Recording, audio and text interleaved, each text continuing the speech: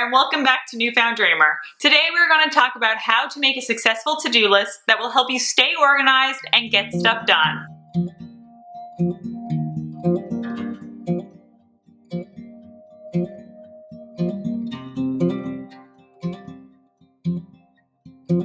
I don't know about you, but most of the time my brain can be a running to-do list. If I let it fester, it can cause a lot of stress. My solution is to get all of my to-dos out of my head and onto paper. I mean all of them. This task may seem daunting, but I promise it is not as bad as it sounds. The first time you do this exercise, you will need to set aside 30 to 60 minutes. But the more you do it, the more efficient you will become. Step 1, create a master to-do list. Start by writing down all the things you think about that you need to do. This does not have to be in any particular order. Just write them down as you think of them. My master to-do list has 75 plus items at any given time. Step 2, find common categories. Once you have your master to-do list complete, look for common categories. For example, my list can be broken down to personal, housework, Newfound Dreamer, work, Hallie, etc. For this step, you will label each item with the category that it falls under. I like to use a variety of colored pens, but you could use colored highlighters, symbols, or whatever works best for you. Just make a legend so that you know what color or symbol corresponds with what category. Step 3, create a list for each category. Transfer each item from the master list to its corresponding category list, then sort in order of importance.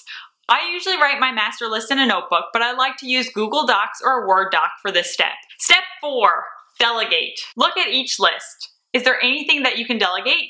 Can your husband or kids help you with some of the items on your list? Do you have an assistant or an employee that you can delegate some of the tasks to? If so, mark their name next to the item and let them know that it is now their responsibility. During this step, I start to realize that not all of the items need to be done by me, and that not all of the items are as pressing as I made them out to be in my head. Step 5. Create your weekly to-do list. Move the most important and pressing items to your weekly to-do list. Aim for 10 items or less, but do not exceed 15. You want this list to be achievable, not overwhelming. Focus on one item at a time and cross that item off the list once it is complete. Update your weekly to-do list once a week, or if you are an overachiever and finish the list early, update the list once all items are complete. My weekly to-do list contain the tasks that are most important to me.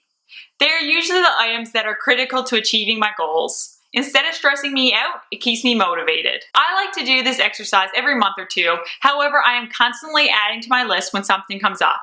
If an important time-sensitive item comes up, it goes directly onto my weekly to-do list. If not, it goes onto its corresponding category list. The next time you do this exercise, start by reviewing your category lists. If there is anything on this list that no longer needs to be there, remove it. Then add all remaining items to your new master list and follow steps 1 through 5. Let's talk about what we learned in a tweetable. Remember the to-do list, but don't forget the to-be list. Richard Branson. To recap, when done right, a to-do list can help you declutter your brain, stay organized, and get stuff done. Use these 5 steps to create a to-do list that will help you feel more successful. Now I want to hear from you. Are you the master of your to-do list, or does the thought of using a to-do list stress you out? Let me know in the comments below. That is all for today. Be sure to subscribe so you do not miss out on future videos. If you like this video, give it a thumbs up, and remember to do one thing today that will bring you closer to living your dream life.